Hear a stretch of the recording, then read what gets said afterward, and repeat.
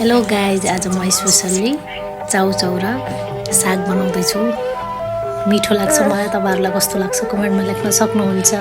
त्यसको लागि स्पेसल्ली म बारीमा आफ्नै बारीमा भएको सागलाई मजाले टिप्दैछु। भर्खर साग हुन स्टार्ट भयो। मजाले साग टिपेर त्यसपछि साग टिपिसकेपछि स्पेसल्ली खुर्सानी पनि टिप्नु पर्यो सागमा हाल्नलाई। मिठो हुन्छ पिरो पिरो, त्यसको लागि म खुर्सानी टिप्दैछु। फेरि अब राम्रोसँग यो सागलाई धुनु पर्यो पानीमा मैले राम्रोसँग माटो चाहिँ राम्रोसँग धोएँ। 3-4 पानी धोइसकेपछि धुँदैछु म।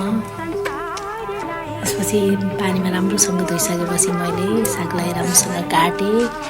प्याज पनि काटेँ, टमाटर पनि काटेँ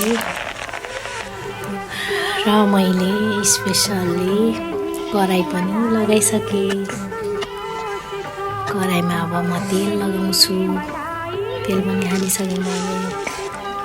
अब फेरि ग्यास राम्रोसँग आगो ठुलो बनाएर स्पेसल्ली चाउचाउ पाक्न रेडी हुँदैछ गाइजहरू।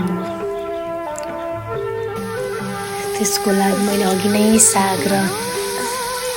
साग प्याज टमाटर राम्रोसँग पकाएँ फर्स्टमा। अब चाउचाउमा मसला हल्दी हाल्नु भन्छ नि, हल्दी सागमा हल्दी राम्रो हुँदैन कि, त्यही भएर मैले एकदमै मसलै नहालेर पकाएँ। तपाईँहरू हेर्न सक्नुहुन्छ। अब त्यसपछि पानी हालेर राम्रोसँग चाउचाउ मिक्स गरिसकेपछि पानी हालेर पकाइदिएँ। अब एकछिन रेडी हुन्छ। अब हेर्न सक्नुहुन्छ बिस्तारै उम्लेर राम्रोसँग पाकिसकेपछि मैले फर्स्टमा मम्मीलाई दिइसकेँ। मम्मी र नानी भर्खर उठेर हुँदैछ। त्यसपछि आफूले पनि खाएँ। एकदमै